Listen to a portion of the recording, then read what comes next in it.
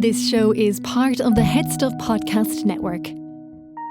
Hello and welcome to Shy Talk, an Irish history podcast. Today we're joined for the third time.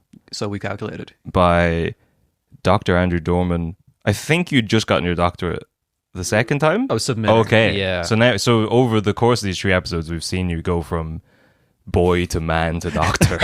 This is your final form. I think I'm officially considered an early career historian now, which is incredibly optimistic, suggesting I'm going to have a career. But I find that it's a fun field to be in. We were just talking about aging there before we started recording. History is a fun field to be in because we're young bucks. Yeah. You know, in every other area we're slowly dying and becoming irrelevant. You move into the history field, you're a young whippersnapper with crazy ideas. Yeah, it's great. It's great. I was at a conference once where the keynote speaker spent 50 minutes telling all the young historians how they'll never be good as the historians that he worked with. And he did a photo montage of all his favorite elderly white dudes.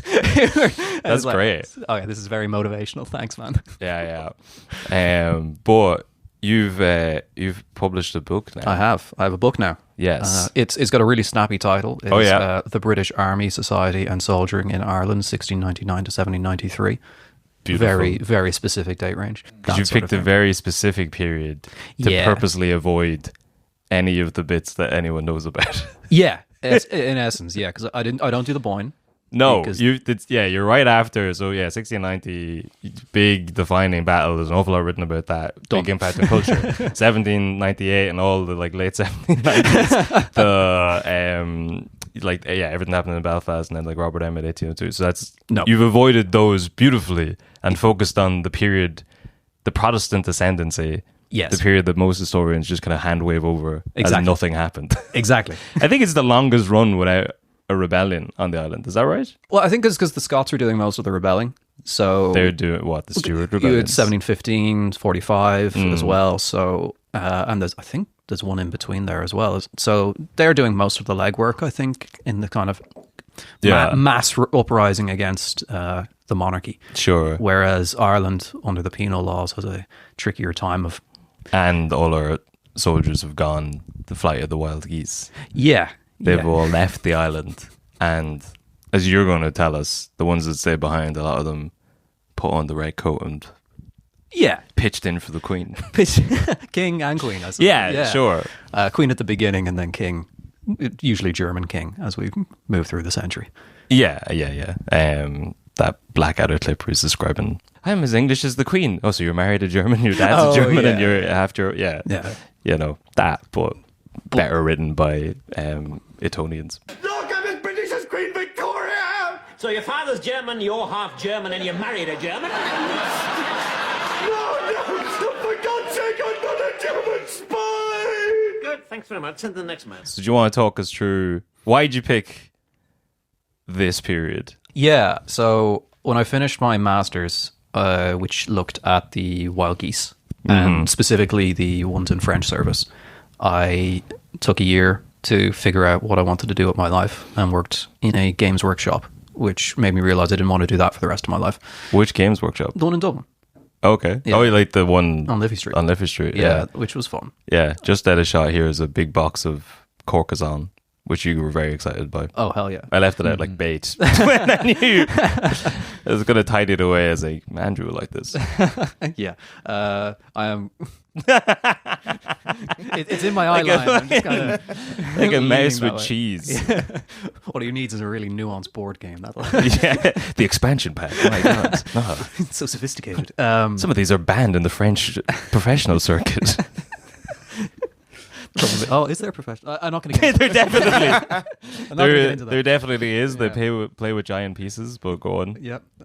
It's up for the spectator. You know, they need. Oh yeah, yeah.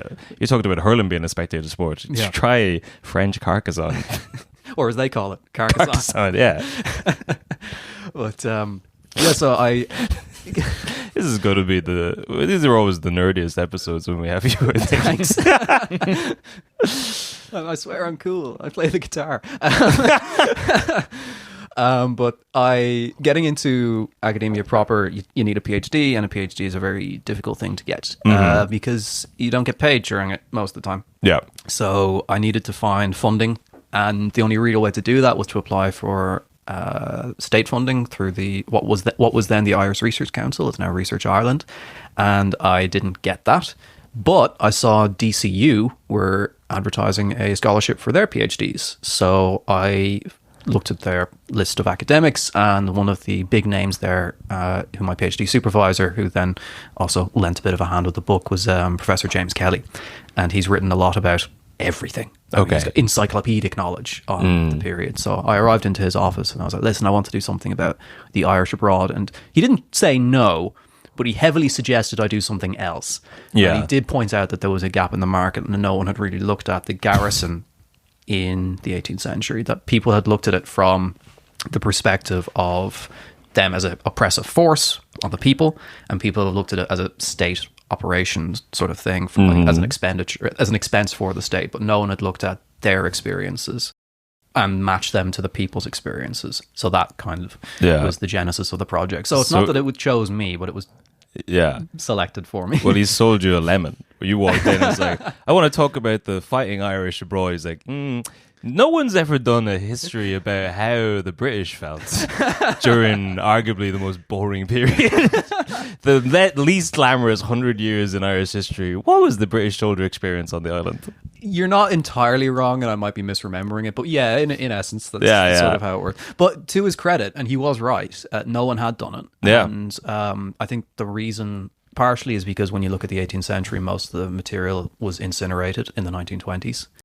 During the Civil War. Lucky you. Yeah. So you have to look elsewhere, typically London, but also online. A lot of newspapers survive. So it would have taken the focus of a PhD to do the legwork, because once it's one of the few times in a research career where you can just sit down and just spend days researching. Because once you get into a lectureship or something like that, you also have to teach and grade. And then your summer, you might get to do some research if you're lucky and you're not doing conferences and stuff. So it's an opportunity to do sustained research. So I was able to put in the legwork, do the groundwork, and look at a lot of old newspapers and produce that. A beautiful piece of... Well, this is... you're doing a book launch in DCU this week, are you? I am, yeah. So... This is one of the rare occasions where this episode will actually be out before the thing. Oh, wow. It's going to be out Get tomorrow. down to it. It's on in the... Yeah. It's in the Belvedere Library at 6 o'clock till 7:30. Yes. I think. On Thursday? On Thursday. Yeah. Yeah. Which is this Thursday. Please email me if you want to turn up, because I need to know how much wine to buy. See, there's going to be free. It's going to be a wine and cheese academic affair. But there'll be a significant discount. I can't advertise what the discount's going to be. If you turn up, there'll be a significant discount. Yeah. We don't need to talk about the sticker price of Please the book. don't. We don't. Yeah. Please don't. But it'll be significantly more accessible. Yes. That was remarkably diplomatic. Yeah. That's one of the few bits of marketing I lodged in my brain. You don't call something cheap because it sounds cheap. Yes. We want to cheapen. No, all exactly. The work that went into more accessible. Do you call something expensive? Yeah. Well, then it's premium. Then it's premium. Gotcha, Yeah. okay, Luxury. Yeah. This is luxury research right here. Well, what do you want to give us a preview of what are you going to be talking about on Thursday? Not a huge amount. Okay. So the book launch, we were doing almost like 7 minutes of thank yous. And Fair that sort enough. of thing. It's not so much a lecture as it is like stand around, have a chat, and if people want to chat to me directly, they can, and I'll do a little bit of. I think Professor Kelly will do an introduction to the book itself, so he'll do most of the talking. Yeah. And then I'll say cheers for coming. Will you read a chapter from the book? And Hell if no. so, which chapter? Well, there's so many to choose from, so it's also exciting. No, I don't believe in that sort of thing. I always found that a little bit weird when the author does that, because I mean they may not be a professional voice actor and they might actually be underselling their own. No, Yeah. so, but you'll love it though, because I have the amount of book launches I've been to, and you get a captive audience. Yeah. Where they are drinking, but no one's going to the bar. Yes. It's like, as a comedian, I think I'd love to do a book just for the launch. It's the easiest set you're ever going to have. People laugh at every joke, like no matter what it is. We'll do a book launch. We'll do a book together, Jason. I don't know what it'll be about, but a picture book, a pop-up picture book. British soldiers through the ages. But you were saying before we started recording that you're getting a bit of pushback from a re-evaluating of Ireland's role in the British Empire. yeah. The Academy has some things to say about it. I think so. Again, how do I make this accessible or diplomatic or cheap? Yeah, or cheap. In the book, I talk a lot about how many Irish joined the British Army in the 18th century, and it swung from anywhere between 20 up to 40% in some cases. Some regiments had up to 70, 80%. And then the cavalry, who didn't really leave the island very much at all, were in the 90s, like a really high percentage. Now, those were mostly Protestant boys' clubs for like the local gentry, but a huge number of normal people did also join the army of all denominations, even though they weren't technically allowed to.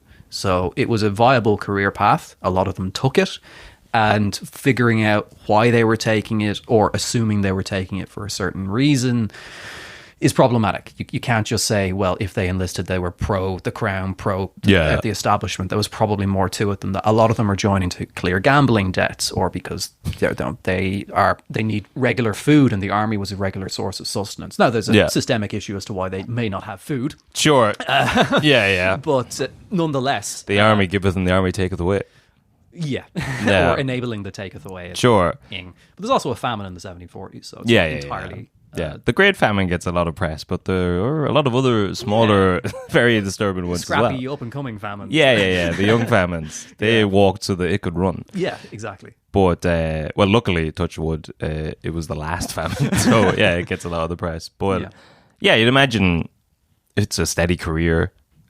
You do the old classic of you get to see the world, I suppose. A lot of travel. It's a living. And there's a really interesting pattern that we see. So you mentioned at the beginning, a lot of the soldiers went to fight for the French during the Flight of the Wild, or the Spanish in the late 17th, early 18th century. We can see that as French recruitment becomes less accessible, more join the British Army. Like, there's definitely a relationship there. Okay. So it is a matter of accessibility and convenience. And once Catholic and Protestant recruitment is sanctioned into the British Army, very few are crossing the English Channel to get to France. Yeah. So it is more a case of, well, I can become a soldier here, or more conveniently, I can enlist down the road. Locally, yeah.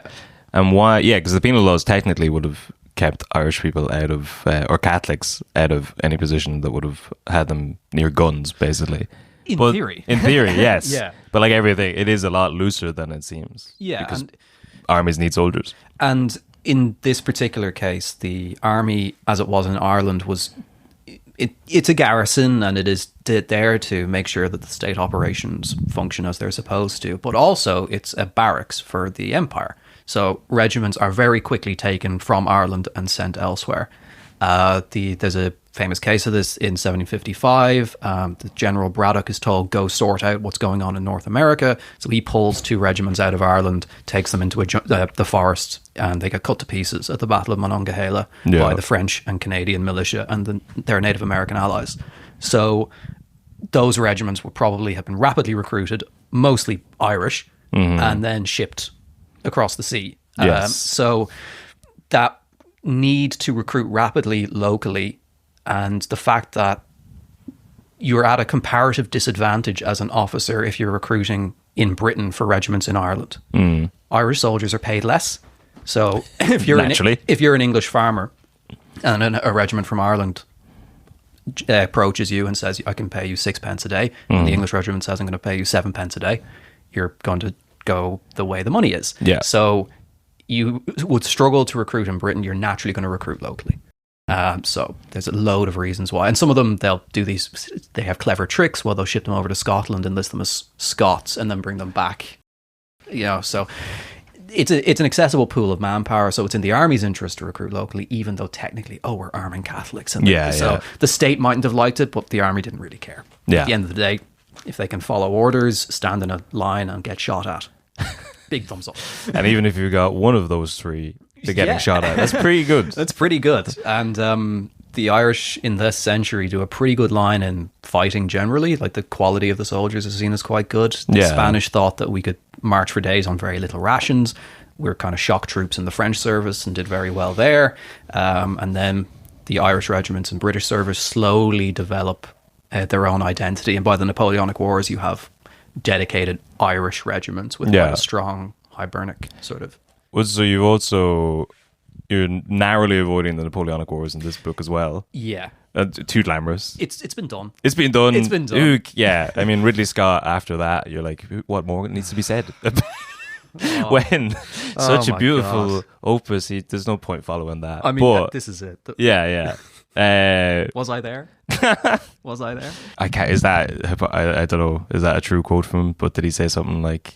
Oh yeah, he said that "Fuck you, history nerds." Historians shouldn't criticize my movie because were you there? We don't know what happened. We don't know what Napoleon did. As it happened, we do. He wrote it down, as did loads of other people at the time. Maybe he did shoot cannons at the pyramid. There's literally no way to check. Yeah. But because if you open it up to that, then he could do anything. Like he could just fly off in the end. He could still be living. He should have. Yeah, it would have been a better ending. Yeah. Oh, I have so many issues with that film. I came out. I saw it with a friend of mine, and I walked home I walked in the wrong direction from my house because I needed to decompress and rant. About why this film was so terrible. I did the same thing with the first Joker movie. But it was historically inaccurate. As I think, again, before we started recording, we were talking about getting back to the your assertion. Well, yeah, you're talking about maybe the less glamorous side of Irish military stuff. We were talking before about Arthur Wesley, Wellington. It's a classic example of he's up there probably with Nelson in terms of defeating Napoleon. That's a big one in the British pantheon of, success. Things they like banging on about. There's the World Cup, World War II, and then Napoleon. Definitely for people, there's like a big victory. Yeah, and Wellington has a big hand in that. Dublin-born man, there's a massive obelisk to him here in Phoenix Park. Yeah, not much.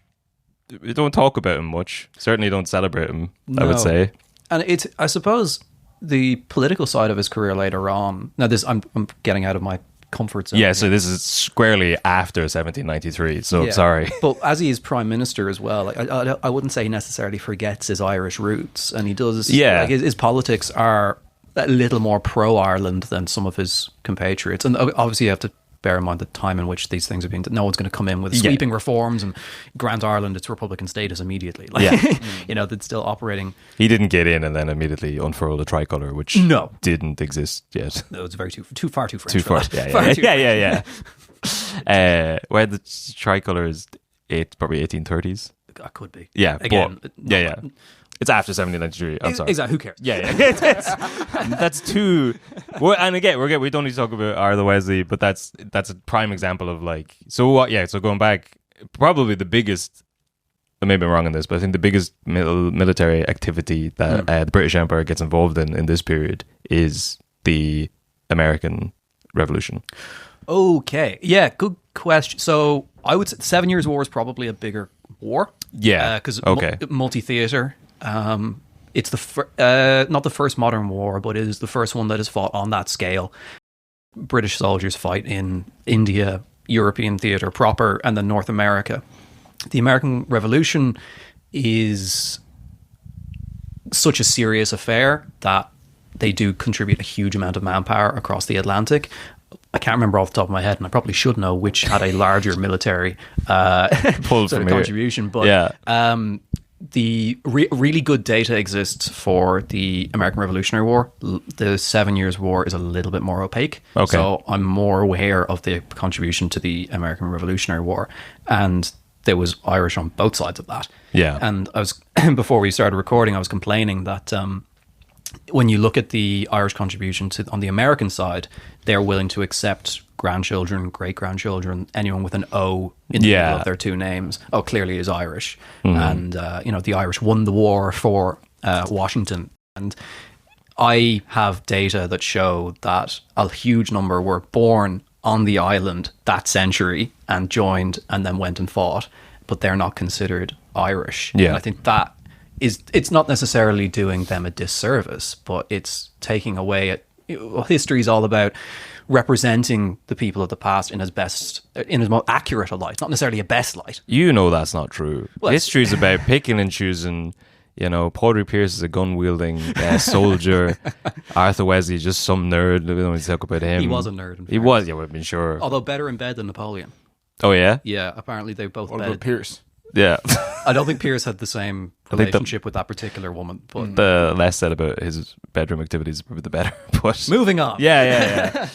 But I guess so. The overall, the point I'm getting at, I guess, is that we've talked about this a few times on the podcast, but Irish people, we just pick and choose who is Irish and who is British. If they've done anything bad anywhere around the world, British. If they've done anything good anywhere around the world, Irish. Yeah. And this is a part that isn't really talked about in last week we were doing an episode on Norad, and there was an interesting quote. I can't remember the guy, but at the start of the documentary, he's saying that Irish Americans spend so much time trying to get into the mindset of get in touch with their Irishness, understand Irish people, understand Ireland, and Irish people never put any thought into understanding the Irish American experience. Which is true. Yeah, but it is interesting. But well, it's the same for you. Like any of us, like Catholics and Protestants, like we were like Irish Catholic. I don't know. I've never been to a Protestant mass. I don't know what it is. Yeah, I don't know what they do. It's pretty similar.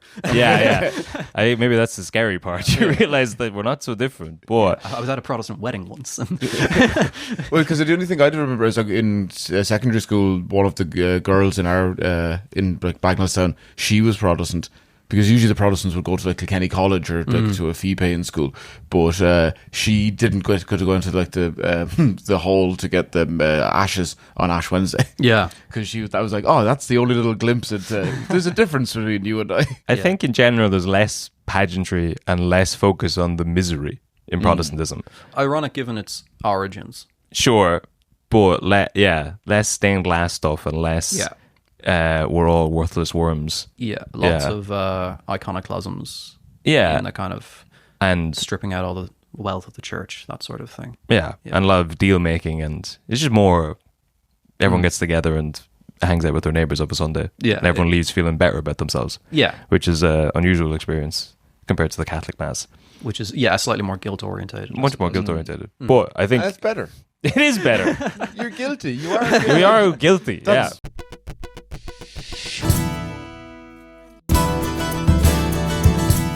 But I've gone way off the point of the Irish American experience. Yes. They have a whole different identity and a whole different kind of culture, and like obviously the Irish fighting in the Civil War and then the War of Independence is a big part of.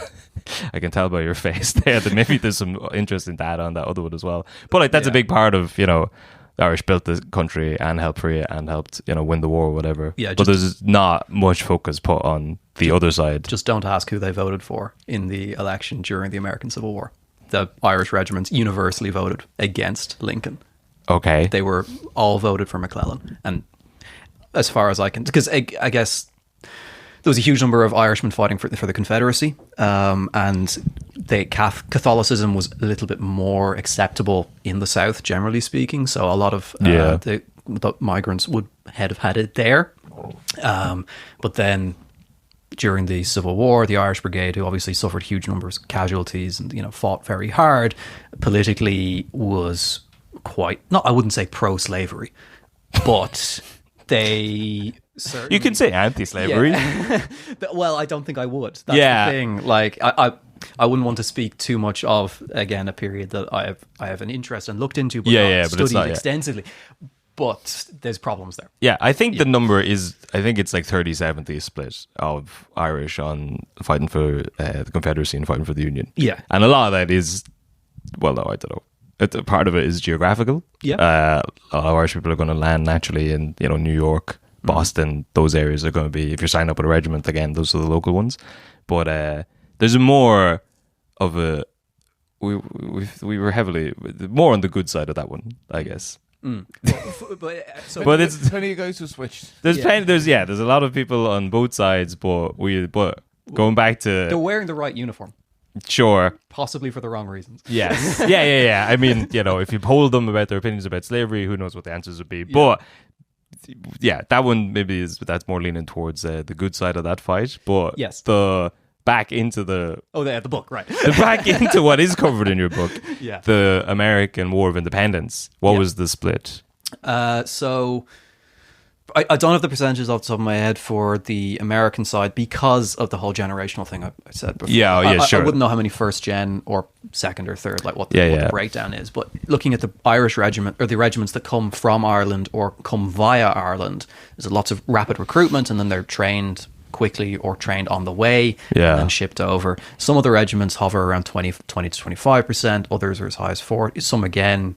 The ones that are maybe garrisoned here and know the area and know where they can recruit, get up to 70. And then a lot of the reserves that are sent to reinforce regiments are just rounded up and dispersed. So you'd have huge numbers crossing this. And some of the British commanders get quite annoyed about this. It's like, will you stop sending us untrained Irishmen, for God's sake?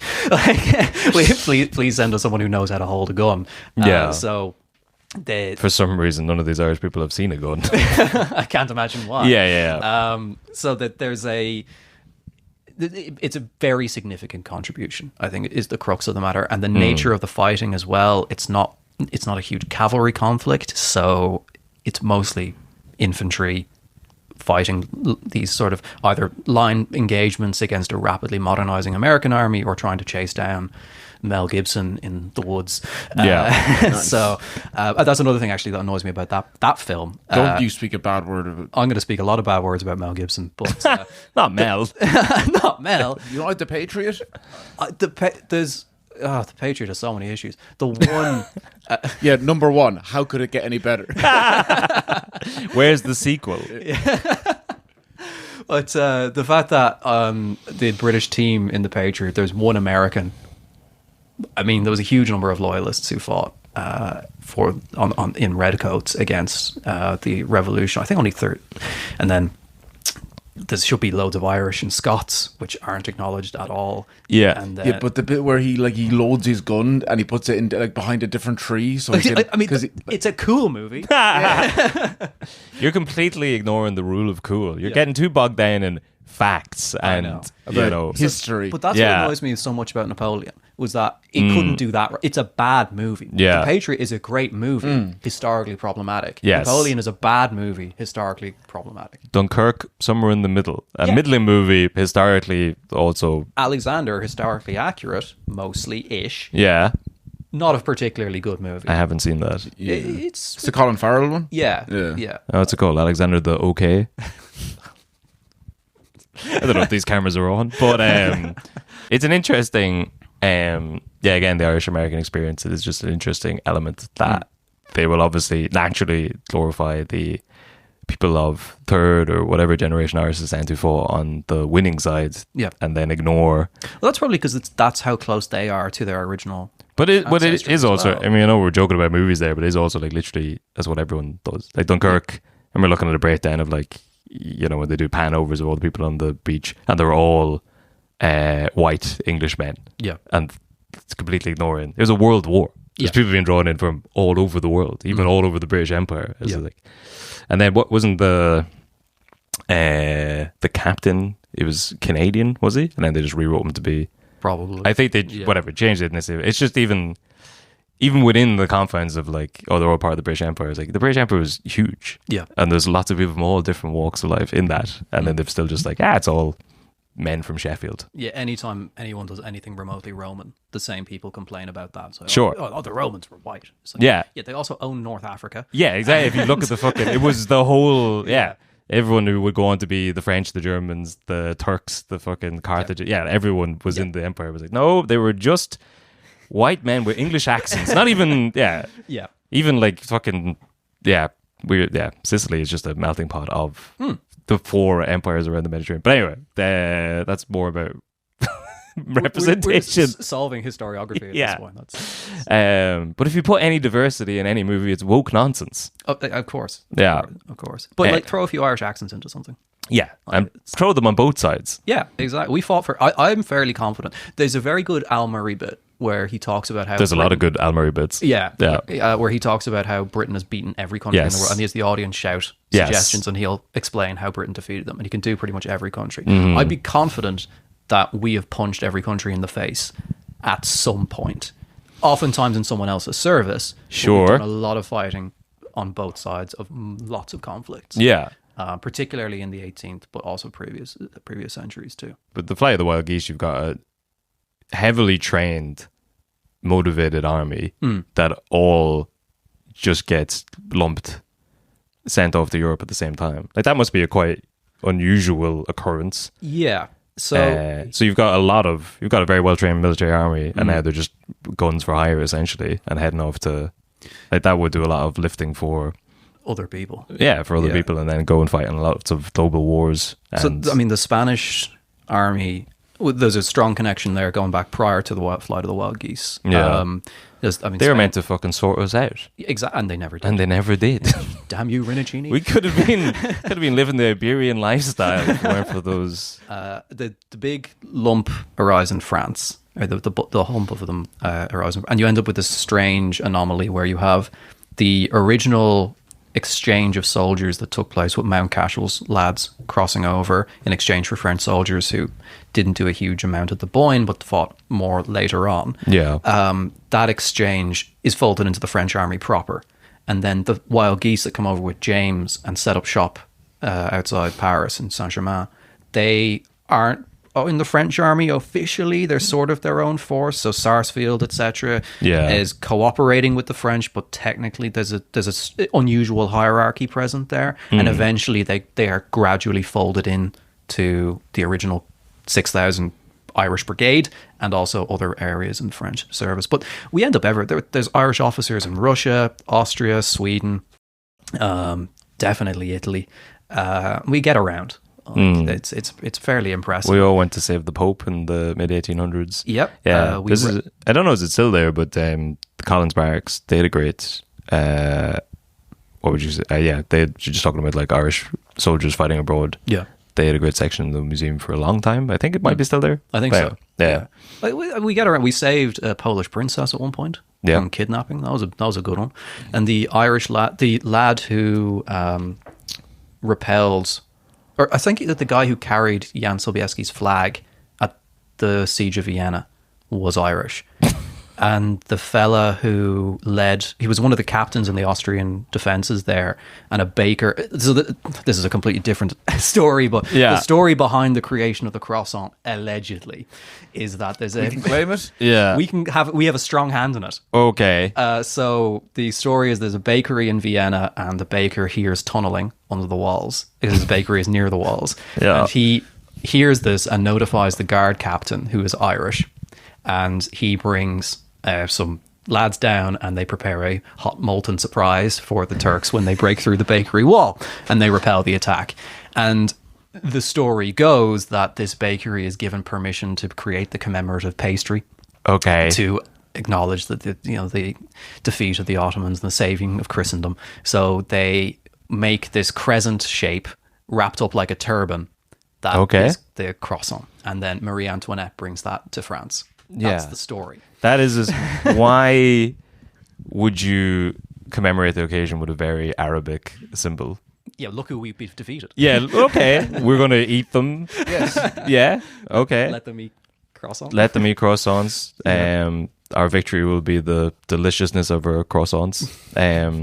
Okay, that's, I'd say 100% confirmed fact. We'll take it.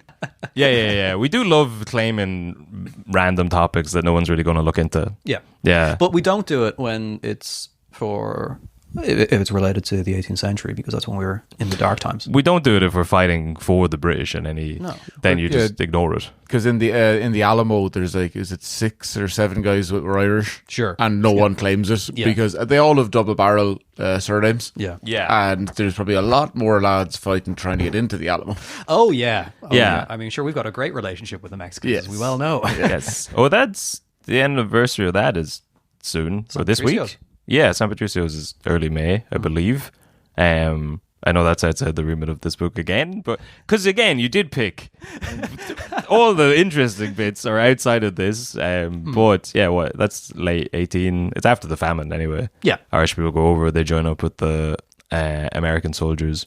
Jack Hester has a He's bit got a about really this. good bit on it, Yes, yeah. which I'd written the same bit, and I don't know if I saw. Oh, I have as well. Yeah. for a second, I was like, "Fuck!" Did I just see Jack do that? But I think it's just a historian nerd joke. It's a great one. It is funny, but it is essentially Irish people head over after the famine, but there's also lots of Irish people in the American service anyway. They join up with the military. The big war that's happening at the time is the American-Mexican War. They march down to the border to look at the enemy, and wouldn't you know, the enemy is very attractive, also Catholic Mexican Spaniards, and they've got great food and great women and great music, and all the Irish, well, enough of them change sides and set up the Saint Patricio Battalion, which is still celebrated to this day. There is a movie about them as well, which isn't... Oh, yeah? It is, yes. How accurate is that? I don't know enough about the conflict to comment. Yeah, okay. Which is me being... Yeah, that's very diplomatic. It's a made-for-TV movie.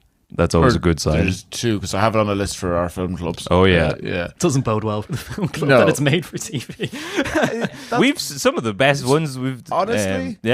Indiana Jones, the TV show. There's a TV show? There's a TV show, and it's... Young Indiana Jones. The Chronicles or the Adventures. Yeah. But it's old Indiana Jones telling the story to Idaho Jones. Well, it's from the 90s, I guess, so it completely disregards any of the movies that with Shia LaBeouf. But, because in the movies, does he end up in space? I haven't seen the last one. I feel like there's aliens involved. I think so. Yeah, and which people thought was a bridge too far. Then it goes into Star Wars. I think so. Yeah, that's the extended Han Solo universe. Yeah. The Young Indiana Jones Chronicles. He comes to Dublin just in time for a little thing called the 1916 Rising. Interesting. He's hanging around the week of the Rising. He meets Sean O'Casey. I think it implies that he helps O'Casey write Juno the Peacock. Maybe. I think he gives him a hand with a draft or something. He becomes friends with. Do you mind if I join you? Suppose we do. Sean, don't be such a grouch. You're more than welcome. Thank you. I'm Indiana Jones. I'm Maggie Lemass. Hello, Maggie. And this is my friend Nuala. And this is my brother Sean. Hi. Don't pay him any mind, Mr. Indiana. Indy. He's in an awful black mood today. Maggie, shut it. I will not. He tries to ride his sister, but he won't.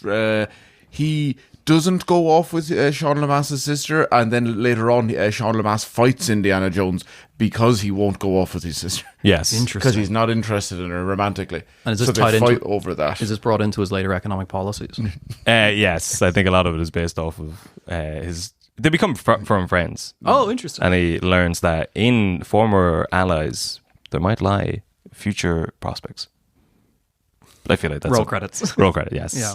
But that's a bizarre little. I think there was something like he's on the side of. I think he comes around to the idea of the Rising. He's like, the guys are A-OK boys. They're swell. But then the next country he goes to is England, because I haven't seen the episode. But in that series, you'd surely be like, well, he should continue the Fenian ways over there then. Well, he doesn't have a lot of countries he could visit in 1916, I suppose, from Ireland. No, he travels around the world, but I think there was some connection with like the people who wrote it were the Irish one. I think is meant to be very heavily. Who wrote that was like one of the heads of the abbey. Oh, that was right. Yeah. So it's, I think a lot of the other ones kind of. This one is like quite, if not historically accurate, historically intense. There's a lot of. A lot of the other ones are just like, he goes to France. Look at this croissant. Yeah. An Irishman. Do you know the origin of that croissant? Yeah, allegedly. Yeah. But what other big conflicts were during this period that we wrote in? So kick off with the War of the Spanish Succession, which starts because Charles II of Spain is catastrophically inbred. His autopsy reads like body horror. It's insane, like little black heart and like blood that's like pus and all this stuff. So anyway, he's a product of Habsburg inbreeding, and France wants to put their candidate on the throne of Spain because that would stop their southern border from being threatened. Yes, the Austrian Habsburgs want to put Habsburg on the throne because they want to continue the very successful breeding program they've got there.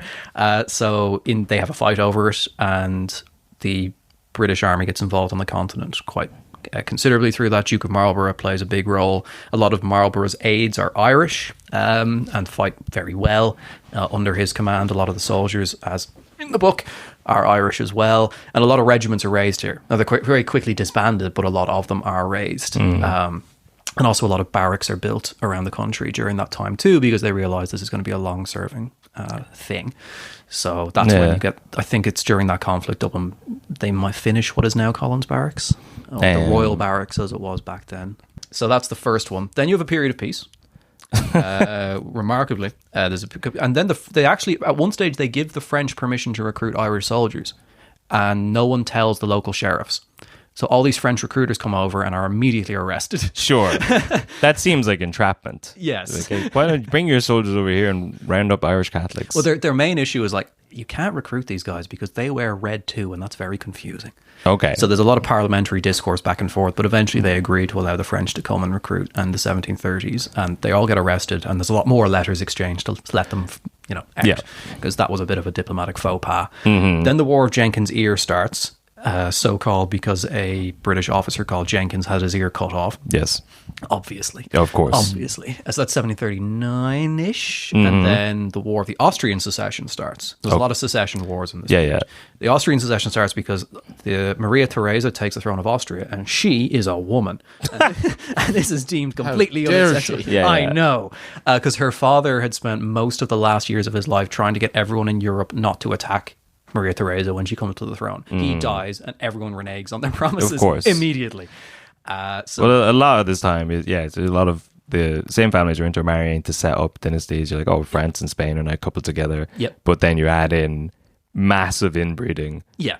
It's extremely difficult to keep these two, like, they're very different cultures. You put one person in charge of it, maybe they can hang on to it for a while. Yep. When they die, they're extremely inbred son/nephew/ whatever usually isn't up to the job, and then big wartime. Yeah, big wartime. Big wartime. Yeah.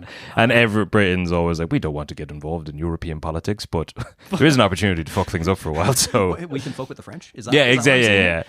That they have a constant policy of if in doubt, attack the French. Attack the French. Yeah, our attitude towards them is their attitude towards the French. Every time there's something going on, they'll take a pot shot at the French. Yeah, and the British actually do quite poorly in that conflict. Their commanding officer is a chap called the Duke of Cumberland, who Scottish listeners will probably be familiar with as the man who orchestrated Culloden.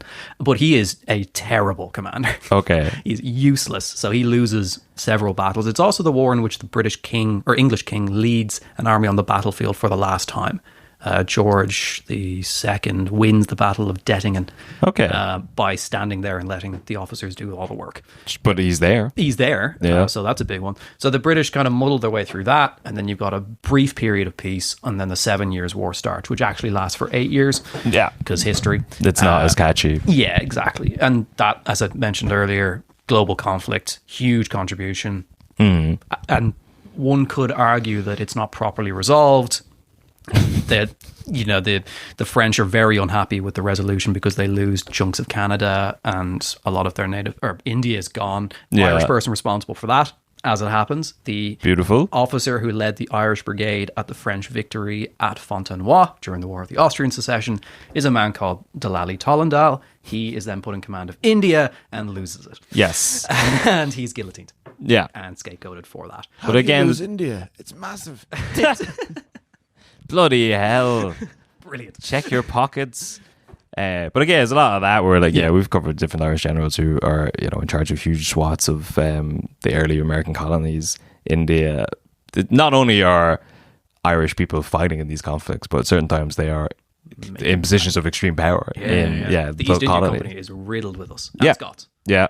But again, we can just wash over all that and say anyone who is in charge of India is probably British secretly. Oh, definitely. Yeah. Definitely. Yeah, 100%. So then post 7 Years' War, there's still a lot of tension there. Then the Americans kick off in the revolution. Yeah. Britain gets involved in that. France gets involved in that, as does Spain. So that turns into a European conflict as well as a American one. The British lose. And oh no. And then post 1780s, you've got the Revolutionary Wars starting, and Britain's role in that is chiefly naval. They provide a lot of naval support, raid the French coastline, just randomly attack Naples, get a crack, of course, this sort of thing, and then you're into Napoleon. So it's, as much as it is a period of lots of conflict, the scale is very different, and that's one of the reasons why I stopped in 1793. I could have gone later, but post 1793, the army grows substantially. And to use academic terminology, army prior to 1793 would be considered ancien regime. Okay. So quite small, and then afterwards you're getting more, not quite conscription, but mass recruitment, volunteering. Napoleon changes the game with Huge game changer. yeah. What if instead of Like just 4-4 give everyone a gun? Yeah, 4-4-2 out Yeah. the window. Like Yeah. we're into a completely radical wing back meta. Yeah. sort of. He was dominating the league for a while before Yeah. people were like, "What the fuck? We could." Yeah. He's got more soldiers than all of us. Yeah, and he doesn't need to train them. Just No, yeah. It just turns out if you give someone a decent enough weapon, yeah. it's fine. And then convince them ideas of liberty and fraternity and Yeah, create nationalism. Yeah, exactly. It's that South African World Cup rugby sort of blitzkrieg effect where you just sub in all your forwards and just go for it. I think maybe we talked about this in the last episode, but because he kind of maybe invents mass conscription, but back in the 1600s, so before this period, there was a kind of when does that change? There's an idea that The military revolution. we shouldn't have a military. You shouldn't have a standing military outside of wartime because that's what despots do. Yeah. So there's a kind of weird. They keep building up the military. So that's kind of like what this. You have to rapidly train a military every time there's a conflict, which is all the time. Yeah. But in between that, people are sent home. They're not paid as soldiers. You've got stuff like, isn't Cromwell pay all his soldiers to go and map out the country, which we should. Perfect geographers there.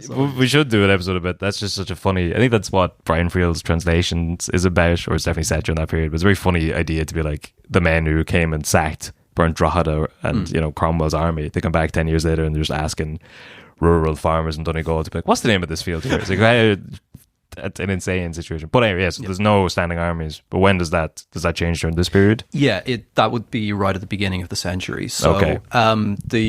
Academically, again, there's this term called the military revolution. This idea that as armies get bigger and more expensive and large, or I was already said bigger, there are political changes that come off the back of that. So the military gains more power, and there is fear of this kind of despot tyranny sort of thing. People like Jonathan Swift wrote extensively about it. He was really anti-army. Yeah. And he really didn't like this idea that 12,000 men will be permanently garrisoned in Ireland. Britain as a whole is quite against a standing army until Marlborough starts winning, and then they think, "Ooh, maybe this is a good thing." Sure.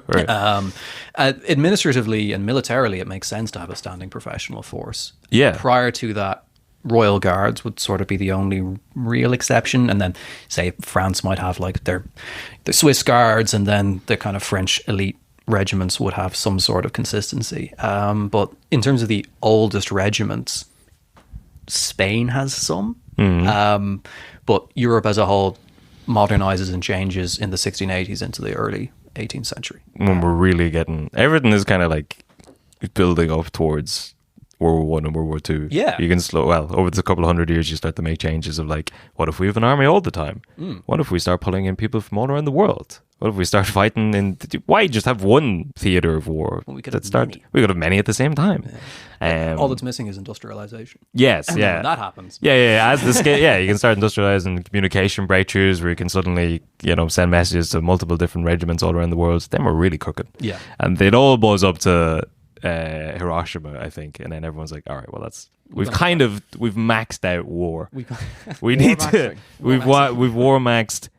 Let's dial it back a shade, and then drones. But it's you can see the building blocks towards just all out. Yeah, and like tactically speaking, the armies, the threat is really, really like consistent. So Yes. As gunpowder becomes more reliable, you see a switch to guns. The bayonet is invented, so Yeah. suddenly you don't need pikes. So everyone can be a pikeman. So you don't need those. So everyone now has guns, and they become more accurate. So how you shoot people becomes more important, and that sort of drill becomes more important. So that's why standing in a line becomes important. And then the Prussians realize that if you turn your men into automata, they're even better at that. So discipline and drill. So there's a really solid thread right up until Napoleon, who completely changes the meta. Reinvents the game. Yeah. As shown in the great Ridley Scott That's what I movie. was just going to... Oh, sorry. I was going to say Barry Lyndon. Oh, what a movie. Very good, Great yes. movie. Is that in your period? It is. It is. It is It's slap pre-Napoleon? Yeah, Barry Yeah. Lyndon's just 7 Years' War. Does he come up in this at all? Lots of people like him do. So that's a no there, but I could see... But That's your equivalent of a clickbaity headline, which is it's a Barry Lyndon-esque figures. Exactly. Which, for the 5 people that have seen care about Barry Lyndon. I mean, it's the perfect film in a way for the book because it is an Irish gentleman who joins the British Army. It is, It's the book. It is actually, it is, and it has that same issue of like, not issue, but like this is a period that we don't. There's so many. Have the IRA threatened you in the writing of this book? I've been called a West Brit. Yeah. So, but not by a member of the IRA. That was just a rude comment left online. But you don't know they weren't a member of the IRA. That's true. They're back now. Yeah, have you been getting much negativity on your? Because this is just showing. Like, I don't think you're glamorizing Irish participation in these conflicts. No, I'm not saying it's a good but it's just thing. that it happened. Exactly. And it's a thing that like Barry Lyndon is very much focused on an area of Irish history that doesn't get cinematized. No. There are many contributions to the rank and file, and then often higher levels in British military endeavors. Yeah. I mean, the title of the book is The British Army. Yes. But technically in this period, it is the Irish. Oh, God, it's complicated. Is it the British Army in Ireland because it's being paid for by the Irish government? Okay. And housed by the Irish government and has a lot of Irish in it. So, but with the Act of Union hasn't happened yet. So are they British? I mean, it's what is your diplomatic term for the combination of Ireland, Scotland, England, Wales in this period? Atlantic Archipelago. The Atlantic Archipelago. I think that's how I refer to it. Okay. Yeah, I don't say British Isles. British Isles is gone. Yeah. Atlantic Archipelago. It's great. That's a mouthful. I don't know. The East Caribbean. Now there's something now we've got it. The East Caribbean. Okay, all right. Yeah, because when you get into when I'm doing walking tours, I'll just you just use Ireland and the UK a lot of the time, which are terms that don't make sense for big periods of Irish. The UK doesn't exist at this point. Well, there's Great Britain. There's the United Kingdoms of England and Scotland.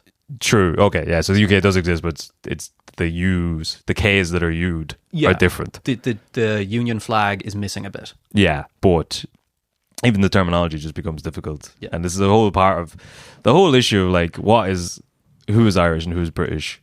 It's so and the usual way that we decide is whether they did things that in 2026 are aligned with us morally. Yeah. If they do those things, Irish. If they're against them, British. And all I can do in the book is I use geographic birthplace. That's all I can do. Yeah. And I say that at the beginning, like, this is my metric. If you're born on the island, I will refer to you as Irish. Don't you have like unattributed quotes from them that can't be traced anywhere where they talk about how great they love the old country? I've got a few cases of people declaring themselves for different kings and being murdered for it. So there was a watchman on Cork Street, I think, and he was asked, "Are you for King George or King James?" And he said King George, and they killed him. So there were some cases in which identities bubble up, or how they saw themselves, or how they might have politically aligned themselves. But it's difficult even to get into the mindset of like, even if you are, well, I was going to say Irish, like does the idea of an Irish nationalist exist then? Or if you are, if you want more autonomy of your life and you don't align with Britishness, does that just mean you root for King James? Yeah. You know what I mean? Like, it's not binary. It's not, but it's also not like, well, the idea of a king is so rooted in how society works that you can't envision. Like, you're not going to envision the fucking Dáil in a democratic state or all that's so far away. Like, the French Revolution is the quintessential. Yes. But like, when that kicks off, most of the French who are on board with the revolution want essentially a constitutional monarchy. Yeah. Like, killing the king isn't on the table for quite some time. It's it's hard to wrap your head around like how, I was going to say revolutionary, it's literally a fucking revolution. Yeah, but that's a crazy concept. And what happens then Napoleon becomes emperor. Yes. And then they get them with a king after the fact. They still go back and forth between them, So we're getting rid of the idea of monarchies, but me and my heirs will routinely run this country for the next 100 years or so. Yeah. And like, the United Irishmen are obviously inspired by what goes on in France. Yeah. And there's a huge amount of kind of takedowns, like, we could have an assembly similar to their assembly and everything like this. But the thought that they are fighting for the same things that, say, people were doing in 1916 and the 1920s. Yeah. I don't think it's fair to draw that comparison. Yeah. I think that there's a lot of nuance to it, and it's nuance that's irritating to explain because it's so complicated. And it's not going to make you a lot of friends going, well, actually. Yeah. But it's important. It's easier just to have a movie about the American Revolution where one side is Irish men with paddy hats and pipes and pints of harp. Yeah. And the other side is just British men with mustaches. Yeah, exactly. And by British, I mean from London. Of course. Yeah. And they all sound like they're And they all sound like, or Yorkshire. Those are the two acceptable accents for a soldier. I don't know, did you ever look into, I don't know, we never really did an episode about it properly, but I think there's a during the 1916 Rising, there's an idea of trying to get, I believe, Prince Joachim the First to come over and be our king. Did you ever come across that? I don't think it's short-lived to get shot down, but again, it's even in the mindset of like this huge revolutionary period, where you get like bringing in proto-communist ideas and really shaking things up. At some point, they're still like, well, we need a king. Yeah. So we'll get this guy. And I think that the grey is where the really interesting stuff is. Yeah. Like the black and white is all well and good, and that's usually what finds its way into and I don't mean this derogatorily, but like a Leaving Cert textbook will typically put things in very black and white terms. Yeah. And for a lot of people, that's where history stops. If they even do Leaving Cert, Junior Cert might be where it stops. And I think that's really unfortunate. And one of the great things about podcasts is people can find their way back into the discipline. Yeah. And hopefully with nuance. I mean, you can just have people ramble for however long we've been talking now, and say so much that they almost say nothing. Exactly. Yes. Which is a history in quite a nutshell. There's just so much information there. It's hard to parse, and then eventually you boil it down to one simple idea, and then you're back to black and white again. And then you listen to Dan Carlin. Yes. Is he still doing stuff? I don't know. He's probably writing some incredible epic theatre about the Russian front or something like that. Yeah. That'll take 26 years to come out. Yeah. Yeah. It'll take me 26 years to listen to it. Oh, yeah. But you got to get out of here, right? Yeah, ideally. Yeah. Oh, yeah. Oh, well, we'll wrap up. We'll wrap up. Well, yeah. So, I mean, if you're listening to this and we've also got a show on Thursday, but if you'd rather go to Andrew's show, email me. Email him. AndrewDormanHistory@gmail.com. There will be free wine. There will be free wine. I think. There'll be flyers for a discount code of the book and maybe like 12 copies. Yeah. If you're a real fan, I think the times work out that you could hit both. Yeah. Your show and our show. Oh. Yeah. That's brave. That's brave. But you know what? You sitting there listening, fucking do it. Yeah. I think ours is sold out, but it's just... Well, way to rub it in. If you show up at ours with a discount code for Andrew's book, we will let you in. That's a guarantee. Health and safety especially if you have a ticket. No, you don't even need a ticket. Just if you have a discount for Andrew's book, you're allowed in for free. Excellent. Yeah. But and where can people buy it? Are you doing a bit of a book tour? Ish. Yeah, this is promotion. We should have been doing yes. the whole promotion. Oh, yeah, What's your favorite chicken fillet roll? Fuck. I am a taco sauce man. No butter, no mayo. Don't believe in that. Okay. No butter, no mayo. No, because the sauce alone is... Okay. I know you're trying to drum up controversy, but come on now. No, but there's enough moisture in the sauce. We don't need any of that other elements to compromise the integrity of the roll. The butter on... Okay, go on. It's yours. And then it'll be... On your head be it. Lettuce and either sweet corn or peppers, depending. Because 2 toppings is usually within the price remit. Where you're allowed to treat yourself in 50 cents for an extra topping. Look, if a chicken fillet roll is already over $5, I'm not treating myself. It's treat enough. Yeah. They're treat enough. I liked what that man said about how the Irish are secretly British, but wait, I had to turn it off after he started talking about no butter. No, he lost all credibility. Brown or white roll? Either. Okay. It depends on the mood I'm in. To be honest, though, I'm a big fan of the tomato wrap. Oh yeah, same fillings, but in a tomato wrap. I feel you get more of bang a tortilla. For your buck. Yeah. Okay. I'm starting to realize I'm very hungry now. Same. Yeah. Same. But back to the book. Yeah. No, I have a list of Irish names. I want to see if you can pronounce. Do you ever notice that sometimes our place names are pretty funny? Yeah. You know, kill, hilarious. That is funny. Yeah. You're doing a little bit of a press junket. There'll be some seminars and stuff for different societies and things like that. What's the best way to find out about such things? Jeez, that's a very good point. Because I'm not going to post about it on my comedy Instagram because I don't really. Yeah. Yeah, I mean, it's sad to say follow me on LinkedIn, but genuinely that's the only place That's where it is. These sorts of things will get announced. Sure. But what I would say is if you are interested in this kind of thing, join the societies that talk about it, and then seminars happen that you will find interesting, because those historical societies are dirt cheap. The events are usually free or online. So, if military history is your thing, join the Irish Military History Society, especially if you're young, because you'll lower the average age by about 26 years. Yes. I'm part of I'm on the email list for the Kilmainham Historical Society. They meet in the local pub. And again, it's nice to feel young sometimes. There you go. It's nice. Yeah. It's nice. A jail or hospital? I think it's just the regular Kilmainham historical. I think it's just like... the area. Yeah. Oh, fair enough. Yeah. They cover both the jail and the hospital. Excellent. Yes. Well, that's what you want. Yeah. The hospital isn't in the book. Does the jail feature in the book? No. Okay. Lots of other jail. Newgate Jail. Yeah, but not the famous one. No. I'm really selling this, aren't I? Have you seen Barry Lyndon? No. Well, it's like Barry Lyndon. What's the catchiest tagline you could have for the book? Worth the price. What's the sexiest selling point? I think it's a really interesting price. Yeah, for all the things we've gone back and forth on, it is very interesting to shed light on the not so black and white Irish contribution to British military expeditions in the century. But if you have an open mind, if you've got a closed mind, it won't open it. Read it. No, it'll make you very angry, which is good. And if you're hiring, well, just check it. No pictures. No, there's tables, unfortunately. There are. I did see a couple of tables in there. A lot of tables. But there's a picture on the front of the book. Yeah, there which is and the castle. There's a woman who looks like a plastic slide from a children's playground on the left hand side, and ever since that has been pointed out to me, I can't unsee it. Okay. So there you go. Yeah. Why that's the courtyard of Dublin Castle? Yeah, because all of the paintings I wanted were locked behind prices that I couldn't afford. Okay. Fair. I mean, yeah, I'm sure it is significance to garrisons.